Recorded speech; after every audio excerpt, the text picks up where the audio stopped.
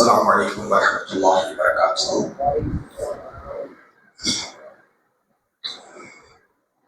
إن الحمد لله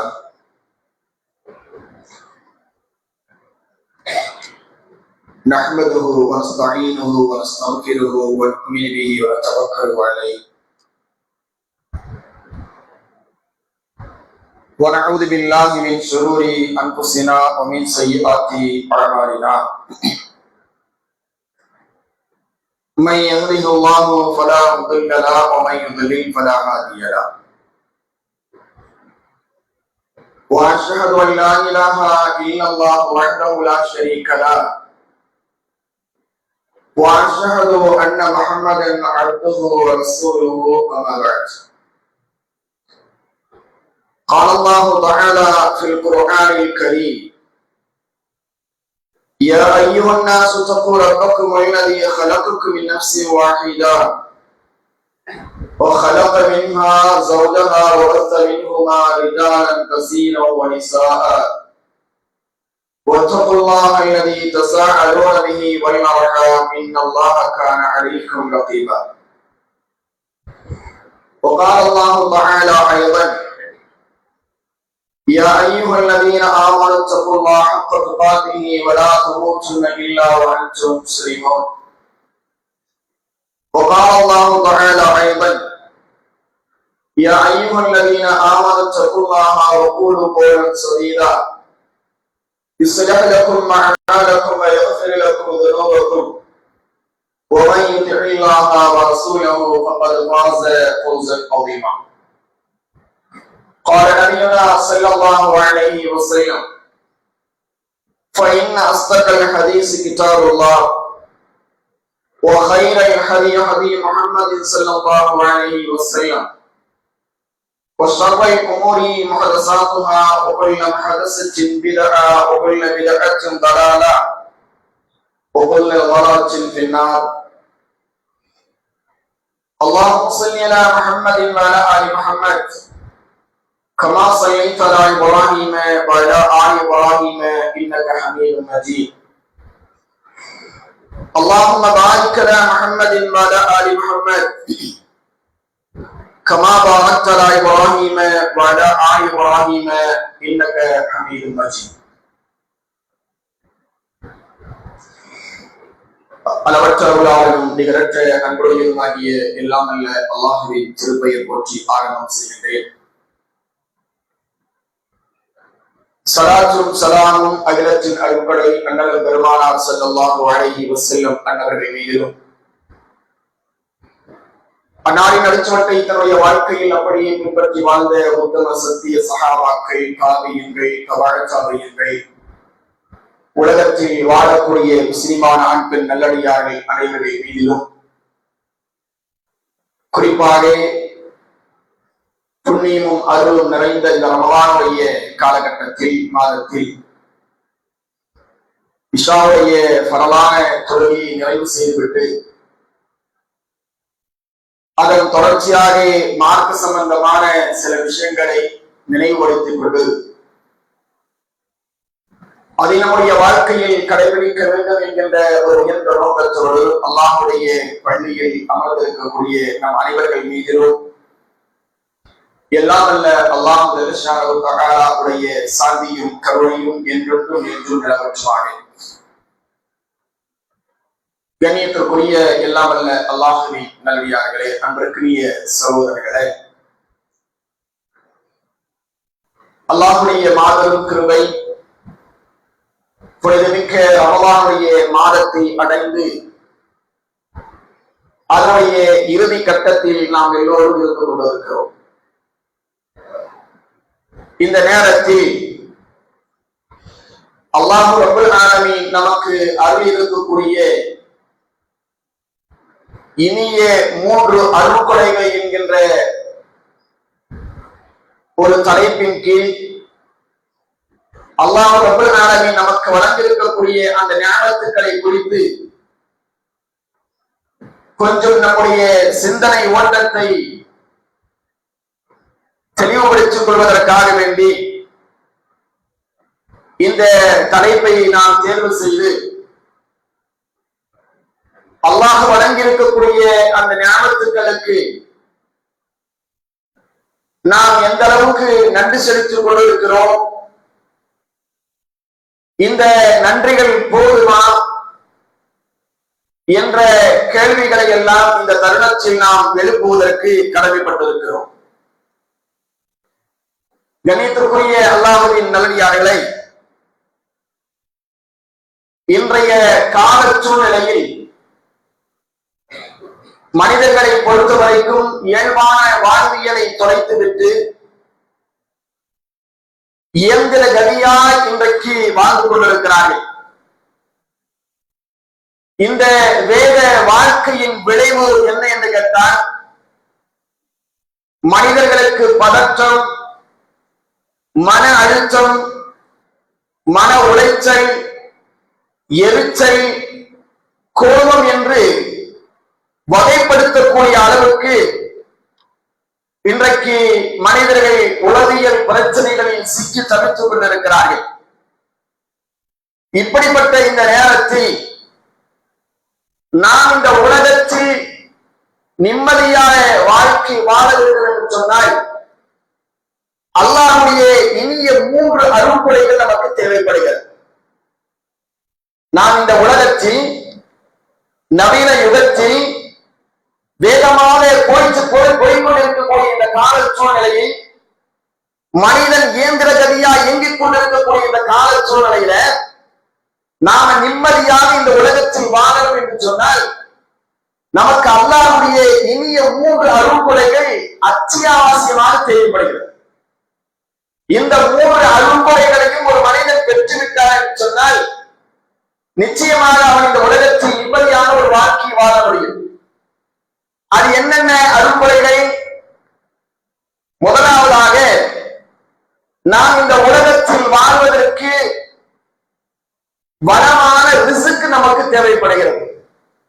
வளமான வாழ்வாதாரம் நமக்கு தேவைப்படுகிறது.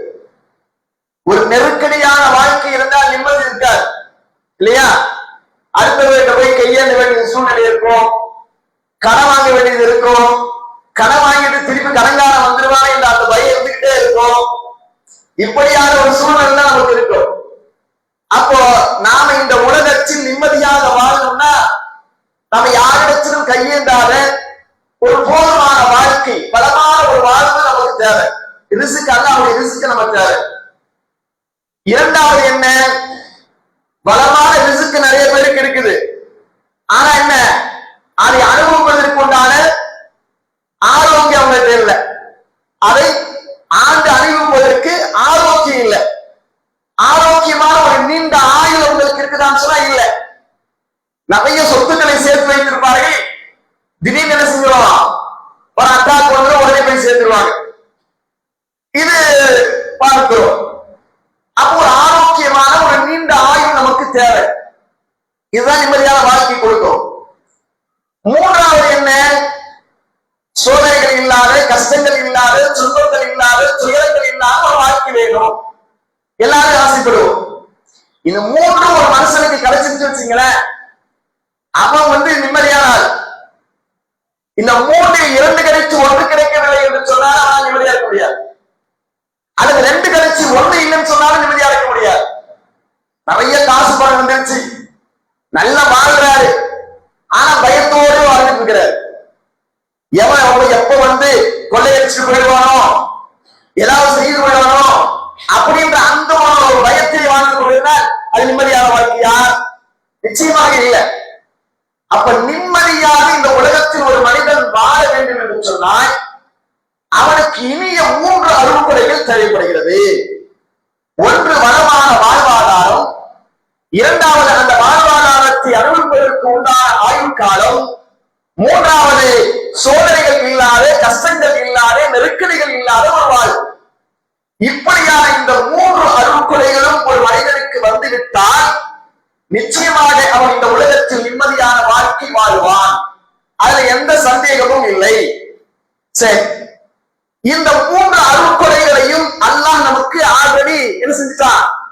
ஏற்பாடு செய்து விட்டால் அதன் பிரகாரம் தான் நம்ம அனுபவிச்சுட்டு இருக்கிறோம் இல்லையா? எப்படி?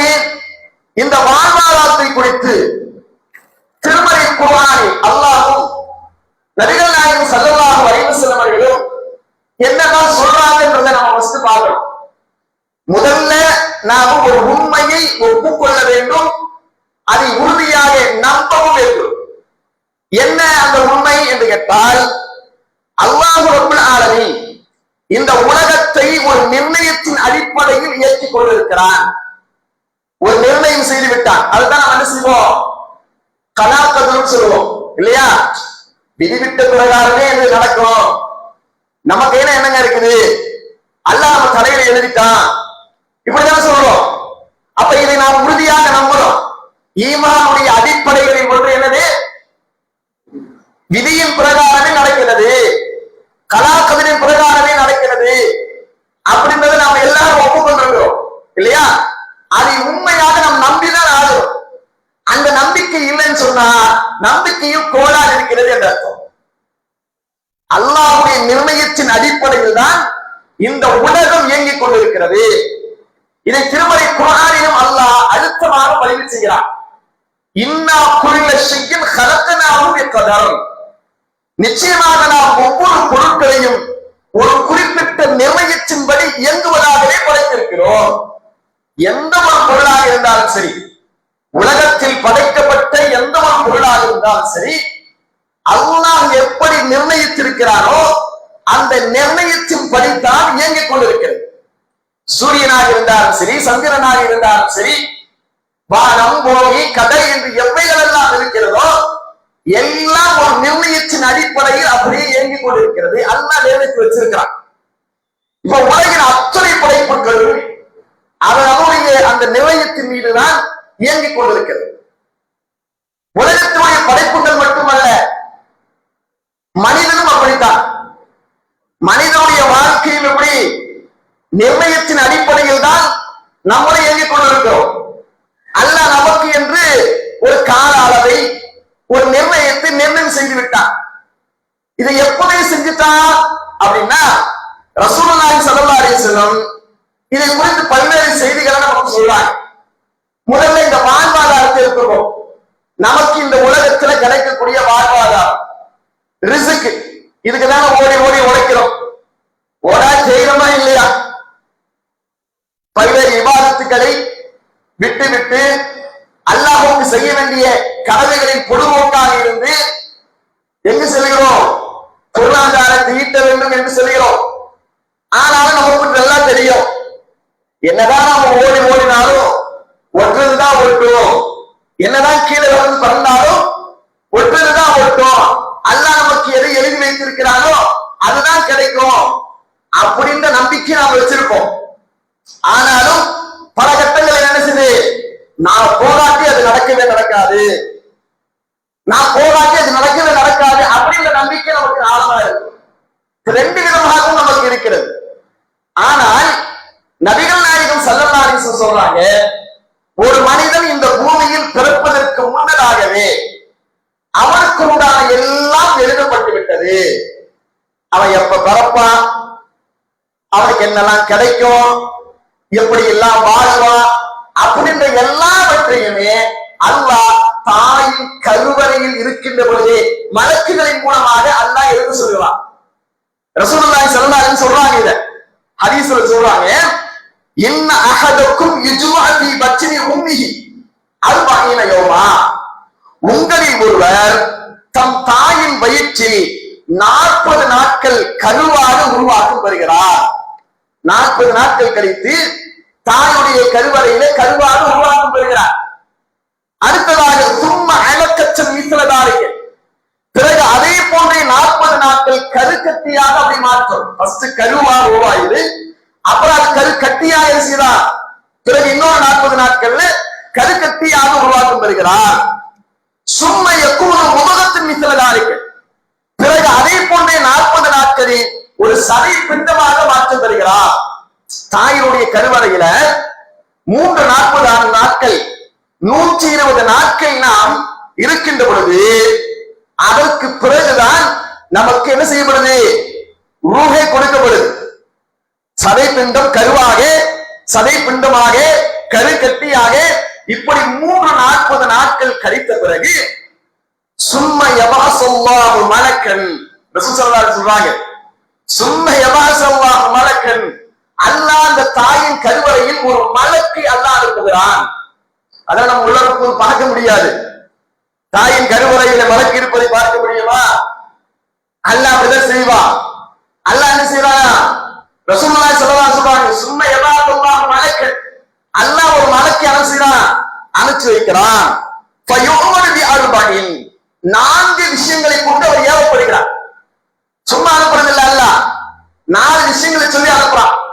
என்னென்ன செய்யலாம், என்னென்ன செய்யணும் அப்படின்னா, அவருடைய ரிஸ்க் எவ்வளவு, அவர் பிறக்க போறார், கருக்கட்டியா உருவாயாச்சு, சதைப்பிண்டமா இருந்தவர் இப்போது என்னது ஒரு உயிராக உருவாக்கம் பெற போகிறார். அப்படி உருவாகுவதற்கு முன்னாடி அவர் இந்த உலகத்தில் வந்தால் அவருக்கு என்ன ரிஸ்க் கிடைக்கும், அதை எழுதுறீங்க. 4 விஷயங்களை கொண்டு அவர் ஏவப்படுகிறார். யார்? அந்த மலைக்கு அல்லாஹ் சொல்லுவார், இந்த 4 விஷயங்களை எழுதுப்பா. அதுல முதலாவது ரிஸ்கிஹி, அவருடைய அந்த வாழ்வாதாரத்தை குறித்து எழுதப்பட்டிருக்கும். இரண்டாவது அஜலிஹி, அவருடைய வாழ்நாள் ஆயுட்காலம், அதையே எழுதப்பட்டிரும். அடுத்ததாக அவர் சக்கையும் அவர் சாகியும், அவர் நல்லவரா கெட்டவரா, இந்த உலகத்தில் இந்த பூமியில் வாழ்கின்ற பொழுது நல்லவரா வாழ்வாரா கெட்டவரா வாழ்வாரா, அதையே எழுதுங்க. இப்படி 4 விஷயங்களை எழுதப்பட்ட பிறகுதான் சும்ம பின்பு அவருக்கு ரூஹ் ஊதப்படும். அதற்கு பிறகுதான் அவர் மனிதனாக ஒரு குழந்தையாக என்ன செய்கிறாரு, உருவாக்கம் பெறுகிறார். அதற்கு பிறகு தாய்கள் என்ன செய்யறாங்க, குழந்தையை பெறுகிறார்கள் என்கின்ற விஷயத்தை நபிகள் நாயகம் ஸல்லல்லாஹு அலைஹி வஸல்லம் சொல்றாங்க. அப்ப இதுல என்ன நமக்கு தெளிவாக தெரிகிறது என்று சொன்னால், ஒரு மனிதன் இந்த உலகத்தில் பிறப்பதற்கு முன்னதாகவே அவனுக்கு எவ்வளவு ரிஸ்க் வழங்கப்படும், அவனுடைய ஆயுட்காலம் எவ்வளவு நாள் இந்த உலகத்தில் இருப்பான், எல்லாம் எழுதப்பட்டு விட்டது. நல்லவனா வாழ்வானா கெட்டவனாக வாழ்வானா எல்லாம் தெளிவான ஏட்டில் எழுதப்பட்டு விட்டது. இன்னும் ஒரு படி மேலாக அல்லாஹ் ரப்பல் ஆலமீன் அல் குர்ஆனிலே இப்படி சொல்கிறான். இது மனுஷனுக்கு மட்டுமல்ல, மனுஷனுக்கு மட்டும் இப்படி அல்ல, இந்த உலகத்தில எல்லா படைப்புகளுக்கும் அப்படியான ஒரு நியதி இருக்கிறது, ஒரு நிர்ணயம் இருக்கிறது என்பதை அல்லாஹ் ரப்பல் ஆலமீன் குர்ஆனில் சொல்லி காட்டுறான். 11வது அத்தியாயத்துடைய 6வது வசனம், சூரத்துல் ஹூத் என்று சொல்லக்கூடிய 11வது அத்தியாயத்தின் 6வது வசனத்தில் அல்லாஹ் பேசுகிறார், வமா மின் தாபத்தின் ஃபில் அர்தி இல்லா அலல்லாஹி ரிஸ்குஹா, வமா மின் தாபத்தின் ஃபில் அர்தி இல்லா அலல்லாஹி ரிஸ்குஹா. வாழ்வாதாரம், அதாவது ரிஸ்க் என்று சொல்லக்கூடிய அந்த வாழ்வாதாரம் இருக்கிறதே, அந்த வாழ்வாதாரத்தை அல்லாஹ் பொறுப்பேற்காத எந்த உயிரினமும் இந்த பூமியில் இல்லை. உலகத்துல நமக்கு மட்டும் அல்லாஹ் பொறுப்பேற்கல, நமக்கு மட்டும் ரிஸ்க் வழங்குகிறாங்க, அல்லாஹ் பொறுப்பேற்கல. இந்த உலகத்தில் அல்லாஹ்வால் படைக்கப்பட்ட எல்லா ஜீவராசிகளுக்கும் அல்லாஹ் எப்படி பொறுப்பேற்றிருக்கிறான், அதுக்கு ரிஸ்க் தருவதாக, ஏதோ ஒரு வகையில அல்லாஹ் அவைகளுக்கு ரிஸ்க் தருவதாக அல்லாஹ் பொறுப்பேற்றுக் கொண்டிருக்கிறான். அப்படி பொறுப்பேற்காத எந்த ஒரு உயிரினமும் இந்த பூமியில் இல்லை. எந்த அளவுக்கு அல்லாஹ் இன்னும் சொல்கிறான், وَيَعْلَمُ مُسْتَقَرَّهَا وَمُسْتَوْدَهَا كُلٌّ فِي كِتَابٍ مُبِينٍ. அது வசிக்கும் இடத்தையும் சென்று சேரும் இடத்தையும் அவன் நன்கறிகின்றான். இந்த உலகத்தில் எத்தனை ஜீவராசிகள் இருக்கிறதோ அத்தனை ஜீவராசிகளுக்கும் அல்லாஹ் ரிஸ்க் அளிப்பதற்கு பொறுப்பேற்றுக் கொண்டான். அது மாத்திரமல்ல, அது எங்க இருக்கும், எங்க போய் சேரும் என்பதை எல்லாம் அவன் படைத்தவர்கள் என்ன செஞ்சிருக்கிறான், அறிந்து வைத்திருக்கிறான் என்று சொல்லிவிட்டு எல்லாம் கிதாபின் முபீன், குல்லும் கிதாபின் முபீன், எல்லாம் தெளிவான ஏட்டில் பதிவு செய்யப்பட்டிருக்கிறது. அப்ப எங்க இல்ல, எல்லாம் என்ன செஞ்சது, தெளிவான ஏட்டில் பதிவு செய்யப்பட்டு விட்டது அப்படின்றது அல்லாஹ் ரப்பல் ஆலமீன் சொல்லி காட்டுறான். சரி, இது ஒரு விஷயம். அடுத்ததாக பாருங்களேன், குர்ஆன்ல சூரத்துல் ரஅத் என்று சொல்லக்கூடிய அத்தியாயத்துல அல்லாஹ் பேசுகிறான். ஏன்னா நமக்கு எல்லாருக்கும் நாம இது வரும், ஒரு கவலை இருக்கும், அல்லாஹ் என்னதான் அவங்களுக்கு மட்டும் நல்ல வாழ்வாதாரத்தை கொடுத்திருக்கிறான், நமக்கு சரியான வாழ்வாதாரம் இல்லையே, ரொம்ப நெருக்கடியான வாழ்க்கை இருக்கிறது. இதுவும் அல்லாஹ்வுடைய ஏற்பாடு தான், இதுவும் அல்லாஹ்வுடைய ஏற்பாடு தான். அப்படிதான் நம்மளும் அல்லாஹ் சொல்ற அல்லாஹ் யபசுது ரிஸ்க லிமன் யஷா. அல்லாஹ் தன் நாடியவர்களுக்கு வாழ்வாதாரத்தை அதிகப்படுத்துவான். இன்னும் தான் நாடியவர்களுக்கு குறைத்து கொடுப்பான். எல்லாரையும் சரிசமா நான் படிச்சேன்னு சொல்ல அல்ல, வாழ்வாதாரத்தில் ஏற்ற சார்புகளை நான் வைத்திருக்கிறேன். அல்லாஹ் தன் நாடியவர்களுக்கு என்ன செய்வான்? ரிஸ்கை விசாரப்படுத்துவான், தன் நாடியவர்களுக்கு குறைப்படுத்துவான். அல்லாஹ் சொல்லிட்டு என்றாலும் இந்த உலகத்துடைய வாழ்க்கையில் இவர்கள் மூழ்கி விடுகிறார்கள். அல்லாஹ் இப்படி கொடுத்து வச்சிருப்பான் பாத்தீங்களா? அல்லாஹ் சிலர்களுக்கு நல்ல ஒரு பொருளாதாரத்தின் மேம்பாட்டை கொடுத்திருப்பான், சிலர் ரொம்ப ரொம்ப கம்மியான ஒரு சூழ்நிலை இருப்பாங்க. அப்போ அவர்கள் ஏற்கம் வரும், அவர்களுக்கு ஒரு ஏற்கம் வரும். என்னடா நாம இவ்வளவு கஷ்டப்படுறோம், அவெல்லாம் இவ்வளவு பெரிய பணக்காரனா இருக்கிறான், நினைச்சதெல்லாம் வாங்குறான், நினைச்ச கார்ல போறான், நினைச்ச இடத்துக்கு போறான், நினைச்சதை சாப்பிடுறான், நம்மளால முடியலையே அப்படின்ற அந்த ஏக்கம் பட்டு இந்த உலகத்தை விரும்புவார்கள். இந்த உலக வாழ்க்கையில் அவர்கள் என்ன செய்வாங்க? மகிழ்ச்சி பார்ப்பார்கள், நமக்கு கிடைக்கலன்னு சொல்லிட்டு. அல்லாஹ் அடுத்த வரியில சொல்றான்,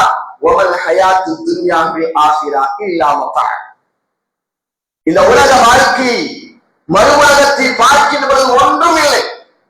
உங்களை விட உங்களை இவை நான் சிறப்பாக வைத்திருக்கிறேன் என்று சொன்னால் இந்த உலகத்தில் அதை பார்த்து நீங்க ஏமாறாதீங்கன்றான்.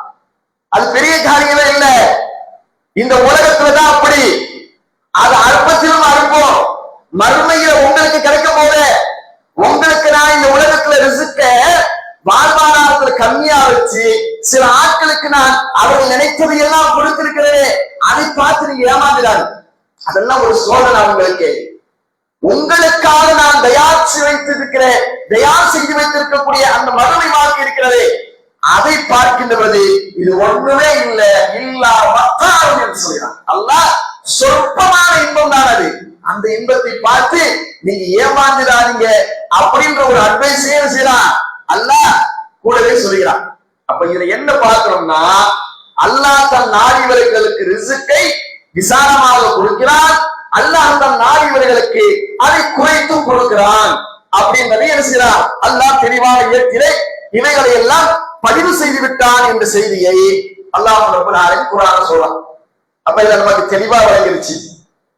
வாழ்வாதாரத்தை பொறுத்த வரைக்கும் நம்ம கையில ஒண்ணும் இல்லை, அல்லாஹ் ஆல்ரெடி நமக்கு தீர்மானிச்சாச்சு, அவன் நிர்ணயத்தின் படிதான் நமக்கு கிடைக்கும். இதுலதான் சந்தேகம் இருக்கா? ஒரு சந்தேகமும் இல்லை. அல்லாஹ் என்ன நிர்ணயித்தானோ அதுதான் கிடைக்கும். நாம் சில முயற்சிகளை எடுப்போம், அது கிடைப்பதற்கு நாம சில முயற்சிகளை மேற்கொள்ளுவோம். அல்லாஹ் சொல்லுவான், அந்த அடிப்படையில் நாம் மேற்கொள்வோம். ஆனா அல்லாஹ் அல்லாஹ் எப்படி கிடைக்க வேண்டும் என்று நான் இருக்கிறானோ அதுதான் கொடுப்பான். அதுக்கு மீது நமக்கு ஒண்ணு கிடைக்காது இல்லையா? அதுக்கு மீது ஏதாவது கிடைக்குமா? அல்லாஹ் எதை நிர்ணயம் செஞ்சிருக்கிறானோ அதுதான் கிடைக்கும். அதை தாண்டி நமக்கு எதுவும் கிடைக்க போறதில்லை. இது ஒரு விஷயம். சரி, இரண்டாவது நம்முடைய ஆயுள் காலம். நாம நினைச்சோம்னா இந்த உலகத்துல எத்தனை ஆண்டு காலங்களால் வாழ முடியுமா? அல்லாஹ் நமக்கு ஒரு கால அளவை நிர்ணயம் செய்து வைத்திருக்கிறார். ஜும்மால கூட நமக்கு சொன்னோம், மலக்குல் மௌத் வந்துட்டாருன்னா நீ என்னதான் இந்த உலகத்தில் நல்ல அமல்கள் செய்திருந்தாலும் கூட, பெரிய பணக்காரராக இருந்தாலும் கூட, கொஞ்சம் அவகாசத்தை கேட்டா கொடுப்பாரா? மலக்குல் மௌத் கொடுப்பாரா? யாருக்கும் கொடுக்க மாட்டார், யாருக்கும் கொடுக்க மாட்டார். அல்லாஹ் என்ன செய்யறார்? வலையு அஹிரல்லாஹு நஃப்ஸன் இதா ஜா அஜலுஹா. அதனுடைய தவணை வந்தடைந்து விட்டால் ஒரு நொடி முந்தவும் மாட்டாது, ஒரு நொடி பிந்தவும் மாட்டாது. கணக்கு அச்சிதமாக என்ன செஞ்சிருவாரு?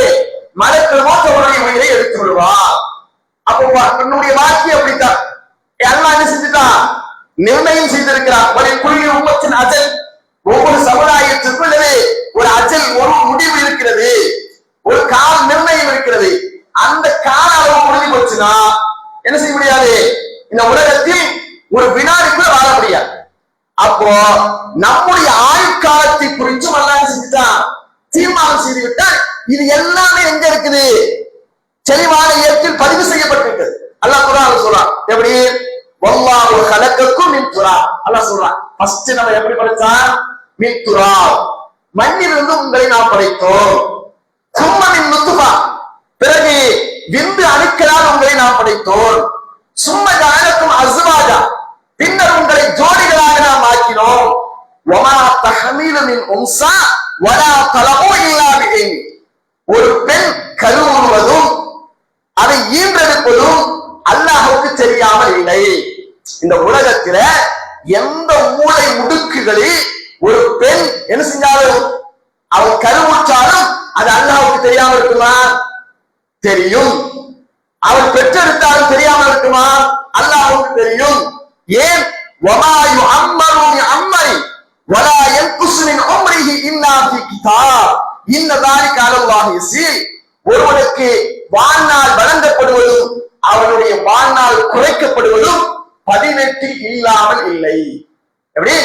இந்த உலகத்தில் அதிகமான வாழ்நாள் வாழணும் என்றிருந்தாலும் அவனுடைய வாழ்நாள் குறைத்துத்தான் இருக்கிறது என்றிருந்தாலும் எல்லாம் எங்க இருக்குது? பதிவேட்டிலே, லவ்ஹுல் மஹ்ஃபூஸ் என்று சொல்லக்கூடிய பதிவேட்டிலே பதிவு செய்யப்பட்டிருக்கு. அப்ப நம்ம கையில ஒண்ணும் இல்லை.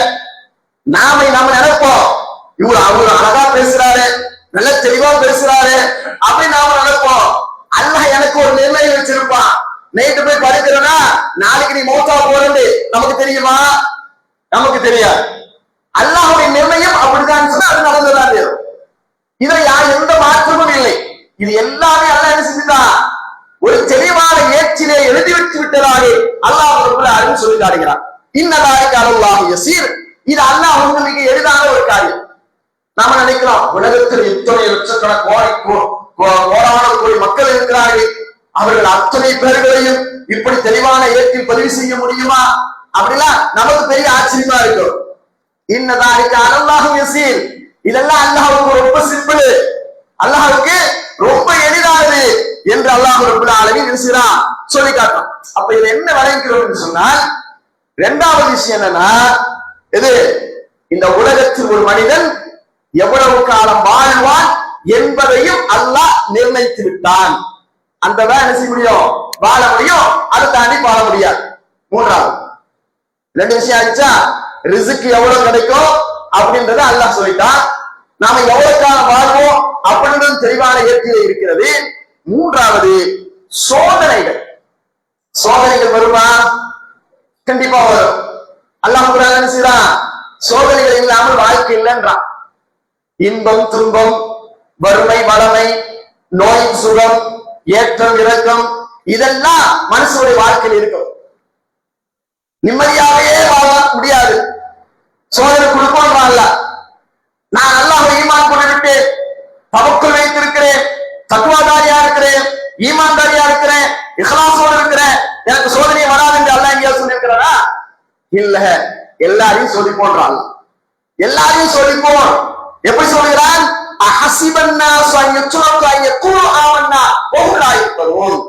மனிதர்கள் எண்ணிக்கொண்டிருக்கிறார்களா நாங்கள் ஈமான் கொண்டு விட்டோம் என்று சொல்வதனால் அவர்கள் சோதிக்கப்படாமல் விட்டுவிடப்படுவார்கள் என்று எண்ணிக்கொண்டிருக்கிறார்களா? சொல்லி போன்றார்கள். சோதனைகள் இல்லாமல் இந்த உலகத்தில் வாழ முடியாது. எல்லாருக்கும் சோதனைகள், கஷ்டங்கள். நம்மள சோதனையை பார்த்திருக்கோமா? கசகம் மக்களை பார்க்கிற பொழுது நாமள ஒண்ணுமே இல்லை. அல்லாஹ் இந்த நேரத்தில் அந்த மக்களுடைய ஈமானை குறித்து நாம உரசி பார்க்கணும். அந்த மக்களுடைய ஈமான் எப்படி இருக்கு பாருங்க. அல்லாஹ் அக்பர். எத்தகைய சூழ்நிலையில் அவர்கள் அல்லாஹ்வுடைய வணக்க வழிபாடுகளில் ஈடுபட்டுக் கொண்டிருக்கிறார்கள். நாம எவ்வளவு சொகுசாக ஏசியில் உட்கார்ந்துட்டு இன்றைக்கு விவாதத்துகளை செய்வதற்கு சங்கடப்படுறோம். அவர்கள் நின்று வணங்குவதற்கு ஒரு கூரை இல்லை. அப்படி அந்த கூரையில் நின்று வணங்கினாலும் அங்கிருந்து என்ன செய்கிறார்கள்? அவரை தாக்குவதற்காக பல தாக்குதல் முயற்சிகள் நடைபெற்றுக் கொண்டிருக்கிறது. அதையும் தாங்கிக் கொண்டு அவர்கள் அங்கே என்ன செய்யறாங்க? வணக்க வழிபாடுகளில் தன்னை படைத்த ரப்புக்கு செய்ய வேண்டிய கடமைகளை சரியாக செய்து கொண்டிருக்கிறார்கள். நமக்கெல்லாம் ஒரு சோதனை இல்லைன்னு தான் சொல்லணும். நம்மெல்லாம் அல்லாஹ் எவ்வளவோ நிம்மதியான வாழ்க்கை வச்சிருக்கிறான். ஆனா நாம நன்றி செலுத்துவது அது பற்றியும் அர்த்தம். இன்னல் இன்சானல் இழப்பிஹி லகனூஸ். அல்லாஹ் சொல்றானே, நிச்சயமாக இந்த மனிதன் நன்றியற்றவனாக இருக்கிறான் சொன்னானே, அது யதார்த்த உண்மை. அல்லாஹ்வுக்கு என்ன நன்றி செலுத்துறோம்? என்ன நன்றி செலுத்திட்டோம்? இந்த காசா மக்களுடைய நிலையை, பலஸ்தீன மக்களுடைய அந்த நிலைகளை எல்லாம் பார்க்கின்ற பொழுது எவ்வளவு பெரிய கண்ணஞ்சமும் கரைந்து விடக்கூடிய அளவிற்கு அந்த காட்சிகள், கோர காட்சிகளை பார்க்கின்ற பொழுது நம்முடைய இதயமே வெடித்து விடக்கூடிய அளவிற்கு அந்த காட்சிகள் எல்லாம் இருக்கிறது. இந்த நேரத்தில் அல்லாஹ் நமக்கு கொடுத்த அந்த நியமத்துக்களை எல்லாம் எண்ணி பார்த்து அல்லாஹ்வுக்கு நாம் எவ்வளவு நன்றி கடன் செய்வதற்கு கடமைப்பட்டிருக்கிறோம். அதே நிலையில் ஒரு நொடியில் அல்லாஹ் மாற்றுவதற்கு அவனால் முடியாதா? இந்த நாளைக்கு அல்லாஹ் யஸீர், அல்லாஹ் சொல்றானே இதெல்லாம் எனக்கு ரொம்ப எளிது என்று சொல்கிறானே. அந்த மாற்றம், அவர்களுக்கு கிடைக்கக்கூடிய அந்த சோதனை நமக்கு வந்தால் நாம் ஈமானியை இழந்து விடுவோம். நம்ம ஈமானியை இழந்துருவோம். ஈமானியை மட்டும் இருக்காது, சின்ன சின்ன அரசியலுக்காகவே நம்முடைய ஈமானை இருக்கக்கூடிய நிலைதானே. அரசியலிலேயே, அரசியல் கட்சிகளிலேயே நாம் என்ன செய்வோம்? அரசியலுக்காக நம்முடைய ஈமானை இழக்கிறோம். அப்படியான ஒரு பலகீனமான நிலையில் தான் நம்முடைய ஈமான் இருக்கிறது. ஆனால் பலஸ்தீன மக்களுடைய ஈமானை எல்லாம் நாம் பார்க்கும் பொழுது சுப்ஹானல்லாஹ், உண்மையிலே சஹாபாக்களிடத்தில் இருந்த அந்த ஈமான் அவர்களிடத்திலும் இன்றைக்கு இருந்து கொண்டிருக்கிறது என்று பார்க்கின்ற பொழுது அது போன்ற அந்த ஈமானிய உறுதி நமக்கு வர வேண்டும். இதெல்லாம் அல்லாஹ் நமக்கு கொடுக்கக்கூடிய படிப்பினை பாடு. இதே நிலை உனக்கு வந்தால் நீ என்ன செய்வாய்? இதே நிலையை உனக்கு நான் கொடுத்திருந்தால் உன் நிலை என்ன? நான் உன்னை அப்படி ஆக்காமல் பாதுகாத்து வச்சிருக்கிறேனே, அதுக்கு நீ என்ன நன்றி செலுத்திக் கொண்டிருந்தாய்? அல்லாஹ் கேட்பான மறுமையில. அந்த மக்களுக்கு நான் அவ்வளவு சோதனைகள் கொடுக்கிறேன், அந்த சோதனைகளை எல்லாம் எதற்காக தாங்கிக் கொண்டார்கள்? அல்லாஹ் சொல்றானே, அம் ஹஸிபத்தும் அன் ததுகுலுல் ஜன்னah, நீங்கள் சொர்க்கத்தில் சுலபமாக நுழைந்து விடலாம் என்று நீங்கள் எண்ணிக்கொண்டிருக்கிறீர்களா? வலம்மா யஅதீக்கும் மஸலுல் லதீன ஸலூ மின் கப்லிக்கும், உங்களுக்கு முன் வாழ்ந்தவர்களுக்கு ஏற்பட்ட சோதனைகள் உங்களுக்கு ஏற்படாமலே நீங்கள் சொர்க்கத்தில் சுலபமாக நுழைந்து விடலாம் என்று நீங்கள் மனக்கணக்கு போடுகிறீர்களா என்று அல்லாஹ் கேட்கிறாரே. அந்த சோதனைகள் இல்லாமல் நாம் சொர்க்கத்திற்கு சென்று விட முடியுமா? அவர்கள் அந்த சோதனைகளை எல்லாம் எதற்காக தாங்கிக் கொள்கிறார்கள்? அல்லாஹ் இந்த சோதனைக்காக வேண்டி நாளை மறுமையில் எனக்கு சொர்க்கம் என்கின்ற அந்த பேரின்பத்தை தருவான். அதுக்குத்தானே தாங்குறாங்க. உண்மையில் இந்த உலகத்துடைய அந்த யதார்த்தத்தை அவர்கள் புரிந்து கொண்டார்கள். அல்லாஹ் குர்ஆனில் சொல்வதை போன்று இந்த உலக வாழ்க்கை என்பது வெறும் வீணும் விளையாட்டும் வெறும் சொற்ப இன்பத்திலே வேறொன்றுமில்லை என்று அல்லாஹ் சொல்கிறாரே, அதை அந்த மக்கள் விளங்கிக் கொண்டார்கள். அதனால் எந்த ஒரு சூழ்நிலையிலும் அல்லாஹ்வுக்கு நன்றி செலுத்துவதை அவர்கள் நிப்பாட்டவில்லை. ஆனால் நாம் நம்முடைய நிலை கொஞ்சம் எண்ணி பாருங்கள் சகோதரர்களே. இந்த நேரத்தில் அல்லாஹ் என்ன சொல்ல வருகிறார் என்று சொன்னார், வலக்கது ஃபத்தன்னல் லதீன மின் கப்லிஹும் ஃபலயஅலமன்னல்லாஹு அல்லதீன ஸதகு வலயஅலமன்னல் காதிபீன். அல்லாஹ் சொல்றான், நாம் என்ன செய்வோம்? உண்மையில் இவர்களுக்கு முன் வாழ்ந்தவர்கள் அனைவர்களையும் நாம் சோதித்திருக்கிறோம். இது மட்டும் சோதனை இல்ல, இப்படி நாம் முன்னால் வாழ்ந்து ஈமானோடும் இஹ்லாஸோடும் தக்வாவோடும் இறை நம்பிக்கையில் மூழ்கி கிடந்தார்கள். அவர்கள் அத்தனை பேர்களையும் நாம் சோதித்திருக்கிறோம். சோதித்து அதுல நாம அப்படி என்னதும் வடிகட்டி எடுப்போம். பல யாழமன்னல் லதீன ஸதகு வலயஅலமன்னல் காதிபீன். யார் உண்மையாளர்கள் யார் பொய்யர்கள் என்பதை நாம் பிரித்தறிவோம். அதுக்குத்தான் இந்த சோதனை. சோதனைகள் இல்லாமல் இந்த உலக வாழ்க்கை இல்லை. சோதிப்போம் என்று அல்லாஹ் சொல்கிறான். அப்போ இந்த மூன்று பிரச்சனைகளும் நமக்கு இருக்குது. என்னது? அல்லாஹ் நமக்கு கொடுக்க வேண்டிய ரிஸ்கை கொடுத்துருவான். ஒண்ணு. ரெண்டு, நமக்கு எவ்வளவு வாழ்நாள் நம்ம இந்த உலகத்துல வாழுமோ அப்படியும் அல்லாஹ் நிறைவேற்றிட்டா. ரெண்டு. மூன்றாவது, நமக்கு சோதனைகள் இருக்கும். மூன்றாவது. சரி, இந்த மூன்று விஷயங்களிலும் நமக்கு நிரந்தரமாக கிடைச்சாதான் நமக்கு நிம்மதி இல்லையா? ரிஸ்கும் கிடைக்கணும், நம்முடைய ஆயுட்காலம் நல்லா இருக்கணும், நமக்கு சோதனைகள் இல்லாத ஒரு இன்பமான வாழ்வு கிடைக்கணும். இதுக்கு என்னங்க சொல்யூஷன்? என்னங்க என்ன தீர்வு? இப்படி கிடைப்பதற்கு ஏதாவது மாற்று வழிகள் இருக்கிறதா அப்படின்னு பார்த்தா மாற்று வழிகள் இருக்கிறது என்று அல்லாஹ் ரப்புல் ஆலமீன் அல் குர்ஆனில் நமக்கு சொல்லிட்டாங்க. இது சிலர்களுக்கு ரிஸ்க் ரொம்ப நெருக்கடியா இருக்குதா இல்லையா? அவங்களுடைய வாழ்வாதாரம் பெருகுவதற்கு சில வழிகளை இஸ்லாம் சொல்லுது, சில நன்மையான காரியங்களை சொல்லுது. இதையெல்லாம் நீ இந்த உலகத்துல செய், நான் உன்னுடைய ரிஸ்க்கு நான் விசாரப்படுத்துறேன். இதையெல்லாம் செய்ய, உன்னுடைய ஆயுட்காலத்தை ஆரோக்கியமான வாழ்க்கை நான் கொடுக்கிறேன். இதையெல்லாம் நீ செய்ய, சோதனைகள் இல்லாத சுகமான வாழ்க்கை நான் தரேன் அப்படின்னு அல்லாஹ்வுடைய தூதரும் நமக்கு சொல்லிக்கிறாங்க. அந்த விஷயங்களை எல்லாம் நம்ம சிந்திச்சு பார்க்கணும். முதல்ல இது ரமலானுடைய மாதம். இந்த மாதத்துல நாம செய்யக்கூடிய மிக முக்கியமான ஒரு பணி, ஒரு இபாதத் சொன்னா தௌபா என்று சொல்லக்கூடிய பாவ மன்னிப்பு இல்லையா? இந்த பாவ மன்னிப்பின் மூலமாகவே அல்லாஹ் ரப்பல் ஆலமீன் நம்முடைய ரிஸ்கை அல்லாஹ் விசாலப்படுத்துவார். நான் ஏற்கனவே சொன்னேன், அல்லாஹ் யபசுத்து ரிஸ்க லிமன் யஷா வ யக்திர். அல்லாஹ் யாருக்கு நாடுகிறானோ அவர்களுக்கு ரிஸ்கை விசாலப்படுத்துவார். அல்லாஹ் யாருக்கு நாடுகிறானோ அவர்களுக்கு குறைவை ஏற்படுத்துவார். இது அல்லாஹ் நிர்ணயத்தின்படி நடக்கும். ஆனா இங்க அல்லாஹ் என்ன சொல்றான் அப்படின்னா, உன்னுடைய நிர்ணயத்தின்படிதான் உனக்கு ரிஸ்க் கிடைக்கும். ஆனால் சில நன்மையான காரியங்களை நீ செஞ்சா உனக்கு நான் ஏற்ற எழுதி வச்சிருந்தாலும் அந்த ஏற்றையை நான் மாத்துவேன். அந்த ஏற்றைய மாத்தி நான் உனக்கு என்ன செய்வேன், ரிஸ்க தருவான். திருமறை குர்ஆனில் அல்லாஹ் சொல்லி காட்டுறான். ஃபர்ஸ்ட் என்ன அப்படின்னா, இஸ்திக்ஃபாரும் தௌபாவும் நம்மகிட்ட இருக்கணும். இஸ்திக்ஃபாரும் தௌபாவும், நாம் சின்ன சின்ன பாவங்கள் செய்வோம், உடனே அல்லாஹ்வுக்கு இஸ்திக்ஃபார் செஞ்சிடணும், பாவம் தெரியணும். இது நாம் தெரிந்தோ தெரியாமல் அறிந்தோ அறியாமல் செய்யக்கூடிய சின்ன சின்ன பாவங்களுக்கு அஸ்தக்ஃபிருல்லாஹ் என்று சொன்னால் போதுமானது. ஆனா தௌபா என்பது அப்படி அல்ல. தௌபா என்று சொன்னா தௌபத்துல் நஸூஹாவாக இருக்கணும், கலப்பற்ற முறையில் இருக்கணும்.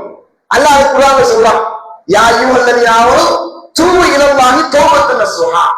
ஈமான் கொண்ட விசுவாசிகளே, நீங்கள் என்னிடத்தில் தௌபா செய்கின்ற பொழுது தௌபத்துன் நஸூஹாவாக செய்யுங்கள், கலப்பற்ற முறையில் செய்யுங்கள். கலப்பற்ற முறை என்று சொன்னால் என்ன?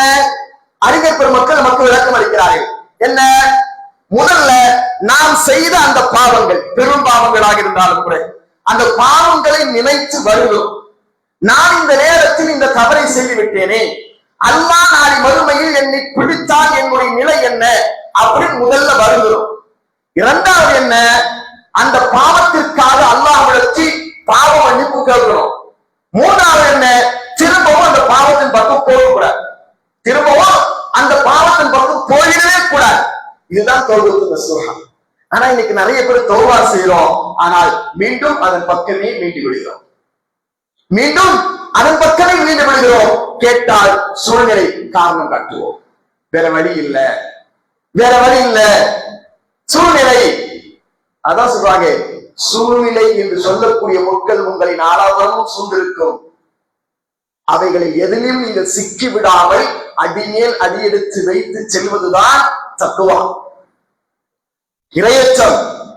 அந்த இரையச்சம் வந்துருச்சுன்னா நிச்சயமாக தௌபா என்பது சரியானதாக இருக்கும். சரி, இந்த தௌபாவின் மூலமாக, இஸ்திக்ஃபாரின் மூலமாக நமக்கு வாழ்வாதாரம் பெருகுமா? அல்லாஹ் குர்ஆனில் சொல்லி காட்டுறான், பெருகும். எப்படி? உங்களுக்கு எல்லாம் தெரியும், நூஹ் அலைஹிஸ்ஸலாத்து வஸ்ஸலாம் அவர்கள் அல்லாஹ்விடத்திலே தன்னுடைய சமூக மக்களிடத்தில் தான் என்னவெல்லாம் சொன்னேன் என்பதை அல்லாஹ்விடத்தில் சொல்லி காட்டுவாங்க. யா அல்லாஹ், நான் இவங்களுக்கு இதெல்லாம் சொன்னேன் அப்படின்னு சொல்லுவாங்க. அத ஒரு கட்டத்தில் இப்படி சொல்லுவாங்க, ஃபகுல்து அஸ்தக்ஃபிரு ரப்பக்கும், நான் அவரிடத்தில் சொன்னேன், இஸ்தக்ஃபிரு ரப்பக்கும், உங்களுடைய ரப்பிடத்தில் நீங்கள் இஸ்திக்ஃபார் செய்யுங்கள், இன்னஹு கான கஃபாரா, நிச்சயமாக உங்கள் இறைவன் மன்னிக்கக்கூடியவனாக இருக்கிறார். எந்த பாவமாக இருந்தாலும் சரி, நீங்கள் இறைவனை நிராகரிக்கிறீர்கள், இறைவனுக்கு இணை வைத்துக் கொண்டிருக்கிறீர்களா, அந்த இணை வைப்பு காரியத்தில் நீங்கள் ஈடுபட்டால் அல்லாஹ்விடத்தில் இஸ்திக்ஃபார் செய்து அதிலிருந்து மீண்டு விட்டால் அல்லாஹ் உங்களை மன்னிப்பான். நான் சொன்னேன் என்று சொல்கிறார். சொல்லிவிட்டு இப்படி இஸ்திக்ஃபார் செய்தால் உங்களுக்கு என்னெல்லாம் கிடைக்கும் தெரியுமா? யூர்சிலு ஸமா அலைக்கும் மிதராரா, அவன் உங்களுக்காக வானத்திலிருந்து மழையை பொழிய செய்வான். வயந்திருக்கும் அம்பானின் வழி செல்வத்தையும் சந்ததிகளையும் உங்களுக்கு வழங்குவான். வயஜஅல்லக்கும் ஜன்னாத்தி வயஜஅல்லக்கும் அன்ஹாரா, உங்களுக்காக தோட்டங்களையும் உருவாக்குவான், உங்களுக்காக ஆறுகளையும் ஓடச் செய்வான் என்றெல்லாம் நூஹ் அலைஹிஸ்ஸலாத்து வஸ்ஸலாம் அவர்கள் தன்னுடைய சமூக மக்களிடத்தில் சொன்ன செய்தியை அல்லாஹ் குர்ஆனில் பதிவு செய்கிறார் என்று சொன்னால் இஸ்திக்ஃபாரின் மூலமாக. இங்க என்ன சொல்லப்படுகிறது?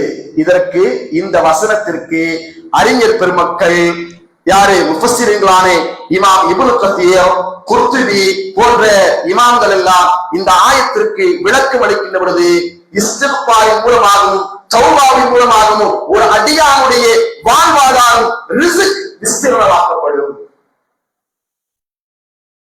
அல்லாஹ் ரிஸ்க நிர்ணயம் செஞ்சுட்டான். ஆனா அது எப்ப மாறுதல் அடையும் சொன்னா நாம கேட்கக்கூடிய தௌபாவிலையும் இஸ்திக்ஃபாரிலையும் அல்லாஹ் என்ன செய்வான்? நம்முடைய வாழ்வாதாரத்தை மாற்றுவான். முயற்சி பண்ணுங்க, முயற்சி பண்ணுங்க. இன்ஷா அல்லாஹ் வாழ்வாதாரம் நெருக்கடி நெருக்கடி நெருக்கடி என்று ஓடிக்கொண்டு இருக்கிறோம். அல்லாஹ் நெருக்கடியை கொடுத்தது அல்லாஹ் தான். அதை மாற்றக்கூடிய தகுதி ஆற்றல் அல்லாஹ்வுக்கு இருக்கிறது. எப்போ நாம் அவனிடத்தில் நின்றால், நாம் செய்த பாவங்களுக்காக அல்லாஹ்விடத்தில் இஸ்திக்ஃபார் செய்தால், தௌபா செய்தால் நிச்சயமாக நம்முடைய வாழ்வாதாரத்தில் பெருமாற்றத்தை அல்லாஹ் ஏற்படுத்தும். அதுல எந்த சந்தேகமும் வேணாம். அதனாலதான் நூஹ் அலைஹிஸ்ஸலாமுடைய சமூக மக்கள் சொன்னாங்க, நீங்க இவ்வளவு பாவம் செய்றீங்களப்பா, அல்லாஹ் இஸ்திக்ஃபார் செய்யுப்பா, அல்லாஹ் உங்களுக்கு வானத்திலிருந்து மழை பொழிய செய்வார். பஞ்சம் எதனால் வருகிறது? மழை இல்லாதனால உங்களுடைய பஞ்சம் நீக்கப்படணுமா? மழை இறங்கும். உங்களுக்கு பிள்ளை செல்வம் வேணுமா? அதற்கு இஸ்திக்ஃபார் செய்யுங்க. உங்களுக்கு பொருளாதாரம் வேணுமா? இஸ்திக்ஃபார் செய்யுங்க. அதனால்தான் இமாம் ஹசன் அல் பஸ்ரி ரஹ்மத்துல்லாஹி அவர்கள்ட்ட ஒரே ஒரு விஷயத்தை மட்டும் சொல்லிக் கொண்டு முடித்து விடுகிறேன். இமாம் ஹசன் அல் பஸ்ரி ரஹ்மத்துல்லாஹி அவர்கள்ட்ட பெரிய இமாம், அவங்க தாபியன், ரொம்ப நல்ல ஒரு சிறந்த ஒரு அறிஞர். அவரிடத்தில் வருகிறாங்க சில மக்கள் வராங்க. ஒருவர் வருகிறார், ஒருவர் வந்து சொல்கிறார், இமாம் அவர்களே, எங்களுடைய ஊர்ல ரொம்ப பஞ்சமா இருக்குது, எங்க ஊர்ல ரொம்ப பஞ்சமா இருக்கு, மழை இல்லை, என்ன செய்யறது அப்படின்னு சொல்லுங்க. அவர்கிட்ட என்ன செய்யறாங்க? அப்படியா, நீங்க போங்க, நீங்க மக்கள் எல்லாம் சேர்ந்து இஸ்திக்ஃபார் செய்யுங்க, அல்லாஹ்ட்ட இஸ்திக்ஃபார் செய்யுங்க போங்க அப்படின்றாங்க.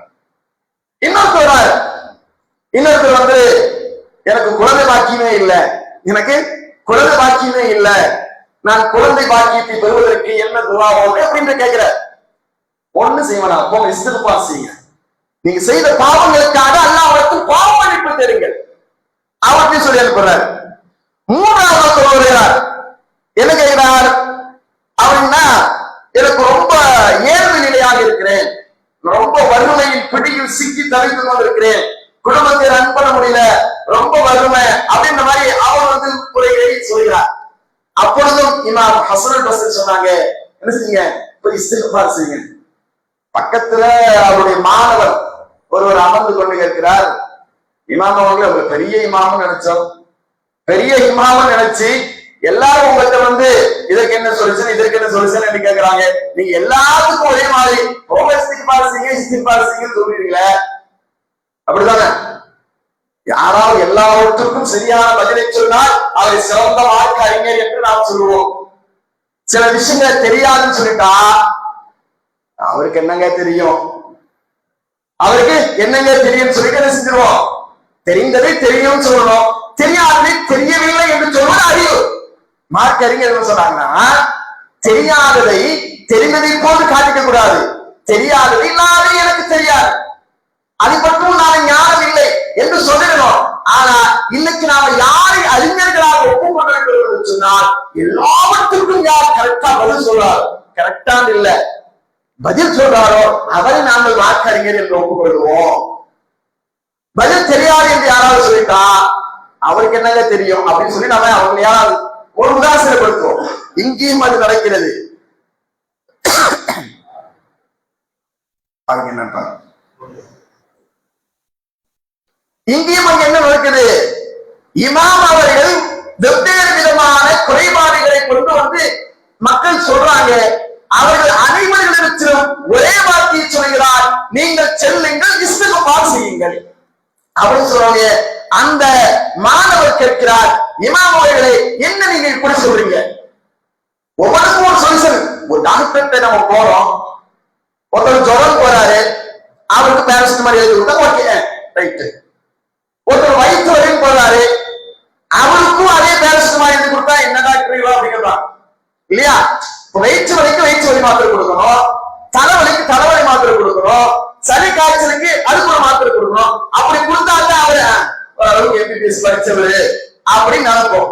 இல்லனா என்னது டுபாக்கூர் டாக்டரு அப்படின்னு நாம என்ன செஞ்சுப்போம், நாம நினைச்சுப்போம் இல்லையா? ஆனா இங்கே அதே போல நடக்குது. இவர் பெரிய இமாமுன்னு பார்த்தா இவர் வரவர அப்படின்னு அனுப்புறாரு அப்படின்னு சொல்லி, என்ன இமாம் அவர்களை இப்படி சொல்லுகிறீர்களே அப்படின்னு சொன்ன பொழுதுதான் அவர் சொன்னார், இதை நானாக சொல்லவில்லை, நான் சொல்லவில்லை, அல்லாஹ் குர்ஆனில் இப்படித்தான் சொல்கிறார் அப்படின்னு சொல்லி எந்த வசனத்தை ஓதினார்? நூஹ் இஸ்லாம் ஓதினாங்களே, ஃபக்குல் குஸ்தக்பிரு ரப்பக்கும் இன்னஹு கான கஃபாரா யுர்சில் ஸமாஅலைக்கும் மித்ராரா வ யும்திதுக்கும் பிஅம்வாலின் வ பனீன் வ யஜ்அல் லக்கும் ஜன்னாத்தின் வ யஜ்அல் லக்கும் அன்ஹாரா என்று சொல்லக்கூடிய அந்த வசனத்தை ஓதி காட்டி அல்லாஹ் எல்லாத்துக்கும் உண்டான சொல்யூஷனாகி இஸ்திக்பாரை தான் சொல்கிறார். அதனால்தான் நான் அத்துணைக்கும் சொல்யூஷனாகி இஸ்திக்பாரை சொன்னேன் என்று சொன்னார். ஆம் சகோதரர்களே, நம்முடைய அனைத்து ஞாபகத்துக்களுக்கும் நமக்கு இன்றியமையாத 3 ஞாபகத்துக்கள். இந்த 3 ஞாபகத்துக்கள் நான் ஒரே ஒரு ஞாபகத்தை பத்தி தான் முடிச்சிருக்கிறேன். இன்னும் 2 ஞாபகம் இருக்கு, அதுக்குண்டான நேரங்கள் இல்லை. அப்போ நமக்கு இந்த ஞாபகத்துகள், ஏன்னா இது எல்லாத்துலயும் இது வரணும். வளமான வாழ்வாதாரத்துக்கும் இஸ்திக்பார் அத்தியாவசியம், நம்முடைய ஆரோக்கியமான வாழ்விற்கும் இஸ்திக்பார் அவசியம், சோதனைகள் இல்லாத வாழ்க்கைக்கும் இஸ்திக்பார் அவசியம். அந்த இஸ்திக்பார் செய்யக்கூடிய, தௌபா செய்யக்கூடிய ஒரு அற்புதமான மாதத்தில் இருக்கிறோம். இன்னும் ஒரு சில, அதாவது மணி நேரங்கள் தான் இருக்கிறது என்று சொல்லலாம் இல்லையா? நாட்கள்லாம் போயிடுச்சு, ஒரு சில தினங்கள் என்றெல்லாம் சொல்ல முடியாத அளவுக்கு சில காலங்கள், அதாவது சில நேரங்கள் தான் இருக்கிறது. இந்த நேரத்தை பயன்படுத்திக் கொள்ளுங்கள். இது இறுதி இரவாக கூட இருக்கலாம். நாளை நமக்கு அந்த நாட்கள் கிடைக்காமல் கூட போகலாம். இந்த இரவை பயன்படுத்தி அல்லாஹ்விடத்தில் நாம் அதிகமாக இஸ்திக்பாரும் பாவம் மன்னிப்பு தெரியுங்கள். நான் என்ன பாவம் செய்துவிட்டேன், நான் ஒரு பாவம் செய்யலையே, இஸ்திக்பார் செய்வதற்கு என்றெல்லாம் எண்ணாதீர்கள். ஒரு பாவம் செய்யவில்லை என்று சொன்னார்கள். ஏன் ரசூலுல்லாஹி ஸல்லல்லாஹு அலைஹி வஸல்லம் பாவம் செஞ்சவங்களா? பாவம் செஞ்சிருக்கிறாங்களா? அப்படியே பாவம் செய்திருந்தாலும் அல்லாஹ் சொல்றான்,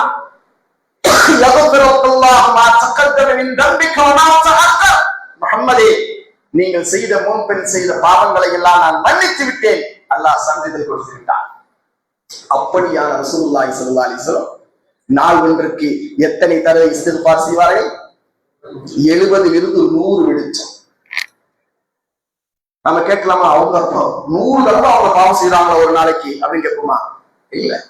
பாவமே செய்யவில்லை என்று சொன்னாலும் அல்லாஹ்விடத்தில் நம்மால் உள்ளத்தில் சில மாற்றங்கள் ஏற்பட்டாலும், சில தடுமாற்றங்கள் ஏற்பட்டாலும் அதுவும் பாவம் தான். அதையும் அல்லாஹ் பார்த்துதான் இருக்கிறான். அதற்காக வேண்டி அஸ்தக்ஃபிருல்லாஹ் என்று சொல்லக்கூடிய அந்த இஸ்திக்பாரில் ஈடுபட வேண்டும். அதுபோல நாம் நம்முடைய வாழ்க்கையில் ஏராளமான பெரும்பாவங்களை செய்திருக்கிறோம். இப்ப நாம இதா இருக்கலாம், ஆனால் நாம் ஏற்கனவே நம்முடைய கடந்த காலங்களை நினைத்து பார்க்க வேண்டும். நான் இன்றைக்கு வியாபாரத்தில் நல்ல நிலையில் இருக்கேன், ஆனால் இதற்கு முன்னதாக நான் வியாபாரத்திற்காக வட்டியை வாங்கியிருப்பேன், நண்பர்களோடு சேர்ந்து மதுபானத்தில் ஈடுபட்டிருப்பேன், இப்படி எத்தனையோ ஹராம்களை நான் செய்திருப்பேன். அதற்கெல்லாம் நான் நிச்சயமாக அல்லாஹ்விடத்தில் தௌபா செய்து விட்டேனா என்பதை நாம் நினைத்து பார்த்து இது போன்ற தருணங்களில் அதை நாம் பயன்படுத்திக் கொள்ள வேண்டும். ஏனென்று சொன்னால் தௌபா செய்வதற்கும் பாவ மன்னிப்பு கோருவதற்கும் அற்புதமான நேரம் இந்த ரமலானுடைய காலகட்டங்களில் இருக்கிறது. அதனால்தான் அல்லாஹ்வுடைய தூதர் ரசூலுல்லாஹி ஸல்லல்லாஹு அலைஹி வஸல்லம் சொல்வாங்க, அல்லாஹ் ரப்பல் ஆலமீன் ஒவ்வொரு நாளும் இரவின் இறுதி பகுதியில் முதல் வானத்தின் பக்கம் இறங்கி வந்து அல்லாஹ் தன்னுடைய கைகளை விரித்து விட்டு, என் அடியார்களே, நீங்கள் செய்த பாவங்களுக்காக என்னிடத்தில் பிழைப்பதற்கு சேருங்கள், நான் உங்கள் பாவங்களை மன்னிக்கிறேன். எப்படிப்பட்ட ரஹ்மான், எப்படிப்பட்ட அளவற்ற அருளாளர் என்பதை சிந்தித்து பாருங்கள் சொல்லுகிறேன். அந்த அளவற்ற அருளாளர், அது இந்த நேரம் நம்ம சகோடைய நேரத்துலதான் அதாவது இரவில் 3 பகுதியாக பிரித்தால் அது எந்த பகுதியாக இருக்கும்? 3வது பகுதி சஹருடைய நேரமாக தான் இருக்கும். அந்த சஹருடைய நேரத்துல நம்ம வந்து அமர்ந்து அல்லாஹ்விடத்தில் இஸ்திக்பார் செய்யணும். அல்லாஹ் குர்ஆன்ல சொல்றான், மூமின்கள் எப்படிப்பட்டவர்களாக இருப்பார்கள் என்று சொன்னால், சஹருடைய நேரத்தில் அவர்கள் பாவ மன்னிப்பில் ஈடுபடுவார்கள்.